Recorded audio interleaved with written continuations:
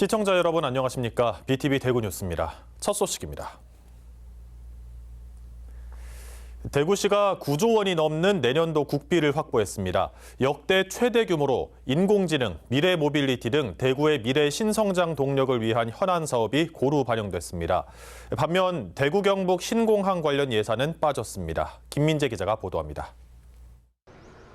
대구시가 확보한 내년도 국비 예산은 총 9조 644억 원입니다. 역대 최대 규모입니다. 투자 사업만으로는 4조 3,811억 원을 확보해 지난해보다 8.4% 증가했습니다. 국가 로봇 테스트 필드 조성 576억 원, 지역 거점 AX 혁신 기술 개발에 229억 원, 모빌리티 모터 성능 평가 테스트 베드 구축에 67억 원 등 신성장 산업 예산이 대거 포함됐습니다. 대구 산업선 철도와 도시철도 4호선 건설, 취수원 이전을 위한 용역비 등 교통 허브 조성과 시민 삶의 질 향상을 위한 예산도 반영됐습니다. 반면 대구 경북 신공항 건설을 위한 토지 보상비 등 공공자금 관리 기금 예산 2,800억 원과 대구 독립기념관 건설 사업 예산은 반영되지 못했습니다. 더불어민주당 대구시당은 당사에서 기자회견을 열고 이번 국비 확보에 대해 의미 있는 성과를 이뤄냈다고 밝혔습니다. 이재명 대통령의 지역 공약이 실제 예산으로 구현되었다는 점입니다. AI 로봇 수도 대구 조성, 바이오 메디시티 구축, 미래 모빌리티 산업 육성, 제조업 혁신 및 AI 기반 산업 전환 등 민주당 대구시당은 미래 전략 사업이 실질 예산으로 반영되도록 집중적인 노력을 기울였습니다. 대구 경북 신공항 건설 관련 예산에 대해서는 정부 예산 부대 의견에 정부의 지원을 의무화하는 내용이 담겼다며 사업은 원활하게 추진될 거라고 밝혔습니다. 지금 대구시와 기재부가 통합신공항 건설과 관련한 사업비를 좀 더 정확하게 구체적으로 산정하기 위해서 협의 중에 있습니다. 그리고 민간공항 이전 관련한 그 예산은 사업 규모는 확정이 됐습니다. 그래서 조만간 국토부가 최종 발표할 것이고 대구시는 내년 예산 확보에 대해 대구의 혁신 성장을 한 단계 앞당길 핵심 동력을 확보하는 등 전 분야의 도약을 이끄는 중요한 기반을 마련했다고 평가했습니다. BTV 뉴스 김민재입니다. 겨울 한파가 시작됐습니다. 취약계층일수록 추위와 경기에 더 민감할 수밖에 없는데요. 수년째 경기가 나아지지 않으면서 어려운 이웃을 위한 후원과 기부에도 한파가 찾아오고 있습니다. 무료급식소에서는 추운 날씨에도 급식 대기 행렬은 길어진 반면 후원 행렬은 점점 줄고 있습니다. 우성문 기자입니다. 대구 달서구 성당동의 무료급식소. 점심시간이 임박하자 급식을 기다리는 사람들로 붐비기 시작합니다. 문을 열자 곧바로 1층과 2층 모두 300여 개 급식소 내부는 만석이 됐고 바깥에는 찬바람을 맞으며 차례를 기다리는 사람들이 줄을 잇습니다. 이 급식소는 운영자가 10수년째 사비를 들여서 공사하고 있는데 최근 물가 상승으로 식재료 비용 부담이 커졌습니다. 경제 한파로 무료 급식소마다 급식소를 찾는 발길은 늘어난 반면 후원과 기부는 줄어드는 추세입니다. 인원이 많이 늘었어요. 보통 한 300명 하는데 들어오니 안 하다 보니까 한 400명에서 450명 하게 됩니다. 그래서 다 들락하기에 한계가 있고 또 수용하는 한계가 있고 여러 가지 애로점이 많습니다. 많은 관심 가져주시면 좋겠습니다. 대구사회복지공동모금회가 이달부터 내년 1월까지 펼치는 희망 나눔 캠페인 사랑의 온도탑도 100도를 달성할 수 있을지 우려됩니다. 대구 지역의 올해 모금 목표액은 106억 2천만 원. 지속되는 경기 침체와 고금리, 고물가 등 경제적 어려움을 감안해 목표액을 3년 연속 동결했습니다. 올 한 해 유난히 어려웠습니다. 고물가, 고환율, 우리 기업하시는 분들, 특히 어려우신 우리 서민분들은 더욱 어려운 한 해였습니다. 저희 대구가 같이 어렵지만 힘들 때일수록 서로 돕는 문화가 타 시도에 비해서는 유난히 이렇게 잘 발달되어 있는 것 같습니다. 이것이 진정한 공동체의 힘이자 대구 나눔 문화의 저력입니다. 기후 한파보다 혹독한 기부 한파를 극복하고 어려운 이웃과 더불어 살아가는 따뜻한 공동체를 만들고자 하는 작은 실천이 절실합니다. BTV 뉴스 우성문입니다.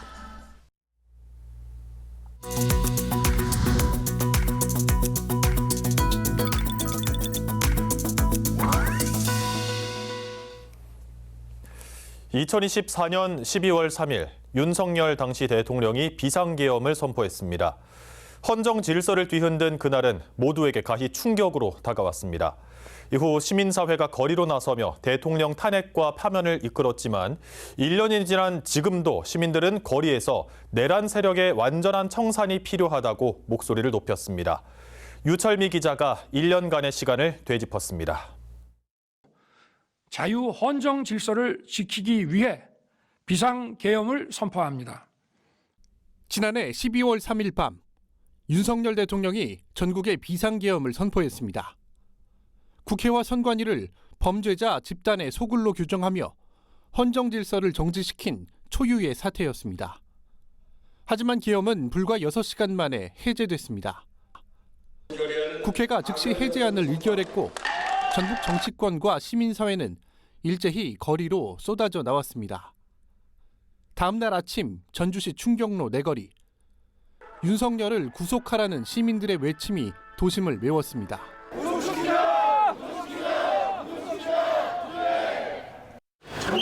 국민 여러분, 윤석열의 극악무도함을 더 이상 두고 볼 수는 없습니다. 윤석열 정부는 더 이상 용납할 수 없고 용납해서도 안 되는 정권입니다. 국회는 대통령 탄핵 소추안을 통과시켰고 가 204표, 부 85표, 기권 3표, 무효 8표로서 가결되었음을 선포합니다. 탄핵은 전북에서도 민주주의 회복의 출발로 받아들여졌습니다.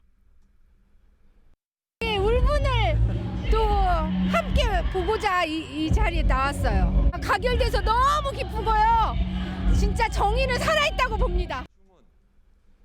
그리고 올해 4월 4일 헌법재판소는 재판관 8명 전원 일치로 윤석열 대통령의 파면을 결정했습니다. 막상 오늘 파면 되니까 안 될 거라 생각했었는데 돼가지고 들으면서 너무 감정이 북받쳐가지고 울면서 웃고 했었어요. 헌재의 판단은 민주주의의 회복이었지만 1년이 지난 오늘 시민사회는 여전히 청산되지 않은 내란 세력을 문제 삼고 있습니다. 비상계엄 1주년을 맞은 날 전북 개헌운동본부는 도청 앞에서 기자회견을 열고 특별재판부 설치와 국민의힘 해산 청구를 촉구했습니다. 어쩌면 우리는 이 땅을 100년 동안 잠식해왔던 이 적폐 세력들과 끝장을 보는 전쟁에 나서고 있는 것입니다. 그래서 어쩌면 우리는 지난 1년이 아닌 앞으로 10년 그 이상의 시간 동안 이들과의 단죄의 시간, 처벌의 시간을 가져야 될 거라고 결심합니다. 또 내란 우두머리의 구속 만기를 앞두고 사법부가 불구속 전환을 시도한다면 다시 거리로 나설 것이라고 경고했습니다. 그러면서 이재명 정부가 내란 세력 청산에 미온적이라면 국민의 신뢰를 잃게 될 것이라며 내란 특별재판부 설치와 위헌정당 해산 청구를 정부에 강력히 요구했습니다. 불법위원회 비상계엄 선포 1년이 지난 지금 내란의 핵심 세력은 그 누구도 제대로 처벌받지 않은 채 민주주의를 조롱하고 있습니다. 1년 전에 불법 비상계엄은 시민들의 용기로 막아냈지만 그날의 기억은 아직도 우리 사회에 질문을 던지고 있습니다. BTV 뉴스 유철미입니다. 비디오 아트의 선구자로 평가받는 조한 조나스의 국내 첫 정시가 용인 백남준 아트센터에서 열립니다. 90이 넘은 나이에도 새로운 작품 활동을 하고 있는 작가인데요. 백남준 작가와 동시대에 활동했던 만큼 두 사람의 작품을 비교할 수 있는 기회입니다. 김효승 기자가 보도합니다. 화면과 드로잉 작품이 전시관을 가득 채웠습니다. 천장엔 비행기 조형물이 떠 있고 부엉이를 비롯한 새 그림들 옆으론 자연 풍경과 퍼포먼스를 펼치는 인물이 영상 속에서 함께 어우러집니다. 1960년대 퍼포먼스 오디오 장르를 개척한 예술가 조한 조나스의 전시가 국내 최초로 마련됐습니다. 백남준 아트센터에서 열리는 이번 전시는 백남준과 같은 시대 뉴욕에서 활동한 작가의 작업 세계를 조명하는 자리이기도 합니다. 1960년대, 70년대 비디오 그리고 퍼포먼스를 실험하는 그런 예술적 맥락 안에서 서로 공명을 했다고 볼 수 있고요. 지구의 다른 요소에 대한 배움과 존중의 의미를 담아서 한계 없이 확장하는 조한 조나스의 예술관을 자연의 바람을 퍼포먼스 영상으로 재해석하는 작품부터 반려견의 시선으로 바라본 세계를 담아낸 작업까지 90이 넘은 나이에도 작업을 이어온 작가의 최근작 빈방은 상실과 그리움을 섬세하게 담아냅니다. 조한 조나스의 작품을 백남준의 실험 정신과 비교해보는 재미도 있습니다. 백남준 작품 보면 보통 TV라든가 그런 것들이 이제 백남준 작가 말고도 그 동시대에 활동하신 그런 작가분들의 그런 작품들도 볼 수 있어서 정말 신선했고 좋았습니다. 제8회 백남준 예술상 수상 작가전으로 마련된 조한 조나스 인간 너머의 세계. 작가의 전생애를 아우르는 작품 40여 점이 소개되는 이번 전시는 내년 3월 29일까지 백남준 아트센터에서 관람할 수 있습니다. BTV 뉴스 김효식입니다.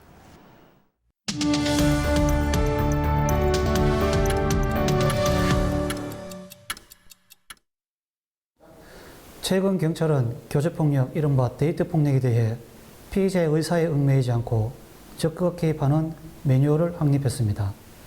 이전까지는 교제폭력에 대해 가정폭력이나 스토킹 범죄처럼 경찰이 적극 개입할 수 있는 법과 지침이 없었습니다. 그로 인해 교제폭력이 살인 등 강력사건으로 이어졌고 이에 대한 대책으로 경찰 등 범정부적 관심 속에서 새로운 매뉴얼이 마련된 것입니다.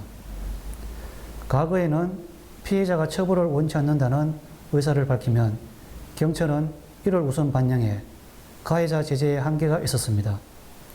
지구대에서 피해 신고를 접수하더라도 가해자를 처벌하거나 구두, 서명 권고 외에는 달리 할 수 있는 조치가 없었습니다. 문제는 교제폭력이 결코 개인 간 사적인 다툼에 그치지 않는다는 점입니다. 반복성과 지속성이 강하고 결별 후에는 스토킹으로 이어지며 강력범죄로 연결될 가능성이 높은 가장 위험한 단계라는 것입니다. 이번 경찰 방침은 스토킹 처벌법의 입법 취지와 과도한 학대 해석 문제 등으로 학계와 법률 전문가들 사이에서 의견이 나뉘었지만 법무부 유권 해석을 통해 적용 가능성이 확인됐습니다.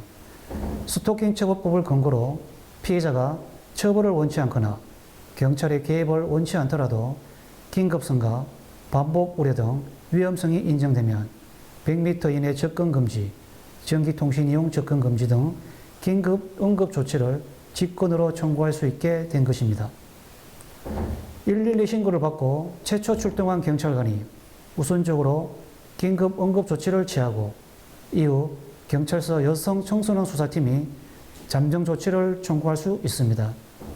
또한 사실혼 관계로 판단될 경우 가정폭력으로 오해하여 긴급 임시조치도 적극 신청하도록 했습니다.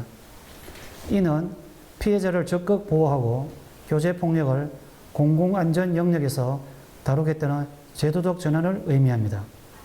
경찰청은 제도적으로도 스토킹, 데이트폭력 등 보복범죄 방지를 위해 고위험 범죄 피해자 보호 민간경호 서비스 예산을 2024년 7억 원에서 2025년 24억 5천만 원으로 대폭 확대했습니다. 이는 피해자가 체감할 수 있도록 지원하겠다는 강한 의지를 반영한 것이지만 점점 위협이 증가하는 만큼 향후 예산을 더 확대하는 방안도 검토되어야 되겠습니다. 이와 함께 지난 8월 경찰은 교제폭력에 의한 피해자 보호를 위해 전국에 교제폭력 대응 종합 매뉴얼을 제작 배포했습니다. 이 매뉴얼은 출동 초기부터 가해자를 격리하고 피해자를 보호할 수 있도록 단계별 구체적 대응 방안을 마련해 일관성과 전문성을 확보하려는 중요한 진전이 되겠습니다. 무엇보다 국회가 나서 피해자 보호와 가해자 음정 대응을 위한 교제폭력 대응 입법을 조속히 마련해야 되겠습니다. 교제폭력 대항에서 경찰은 피해자와 가장 먼저 마주하는 기관입니다. 무엇보다 경찰 간 개개인의 태도 변화가 중요할 것입니다. 교제폭력을 연인 간 사소한 갈등으로 가볍게 여기지 말고 잠재적이고 중대한 사회적 범죄로 인식해야 될 것입니다. 피해자의 말을 세심히 경청하고 피해자의 입장에서 판단하며 두려움과 불안을 줄여줄 수 있는 숙련된 대응도 필요할 것입니다. 교제폭력은 단순한 개인적 문제가 아니라 사회 공동체의 안전을 위협하는 범죄입니다. 이번 제도적 변화는 경찰이 적극 개입할 수 있는 새로운 전환점이 될 것입니다. 경찰은 더 이상 피해자를 혼자 두지 않는다는 원칙 아래 피해자 중심 대응을 강화하고 있습니다. 지자체와 관련 기관이 유기적으로 협력해 촘촘한 안전망을 구축하는 노력도 필요할 것입니다. 필자는 지역 지구대 팀장으로서 교제폭력 대응이 단순한 사건 처리에 그치지 않고 국민의 생명과 안전을 지키는 경찰의 본질적 책무임을 강조하고 싶습니다.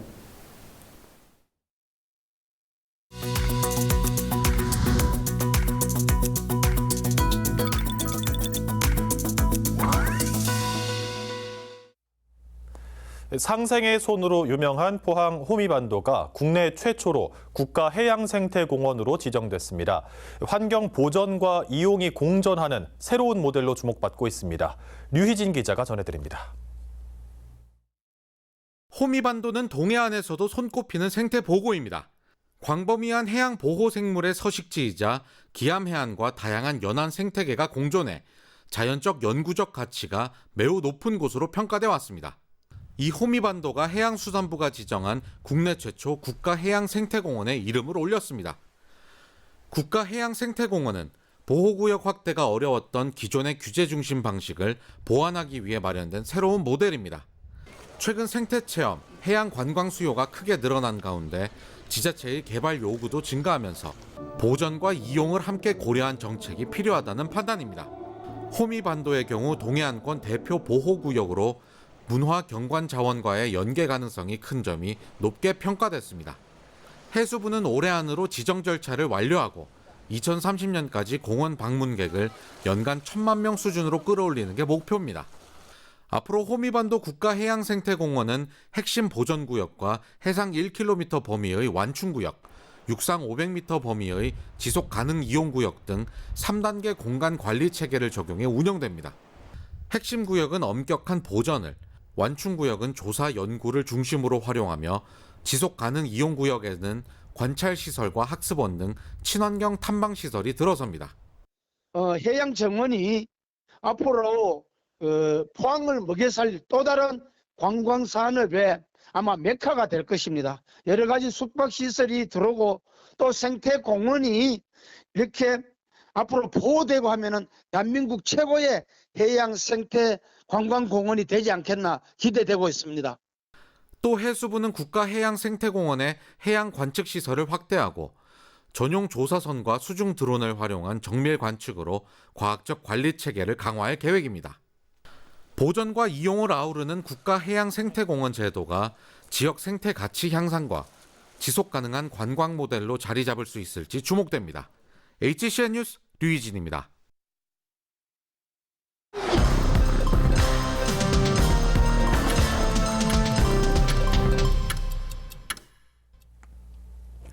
고립 은둔 노인을 위한 문화 공연이 달서아트센터 와룡홀에서 열렸습니다.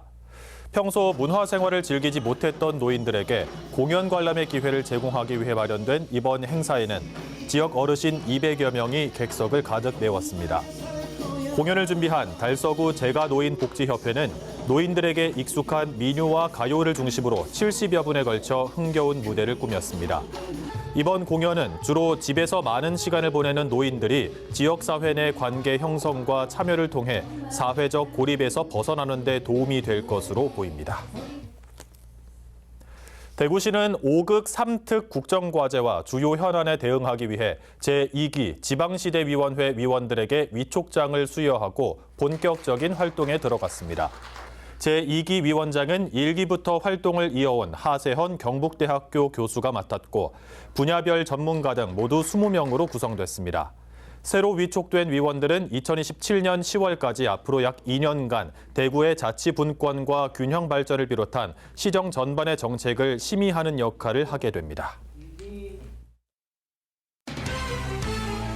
대구시는 세계인권선언 77주년을 기념해 10일까지 2025 대구 인권주간 행사를 엽니다.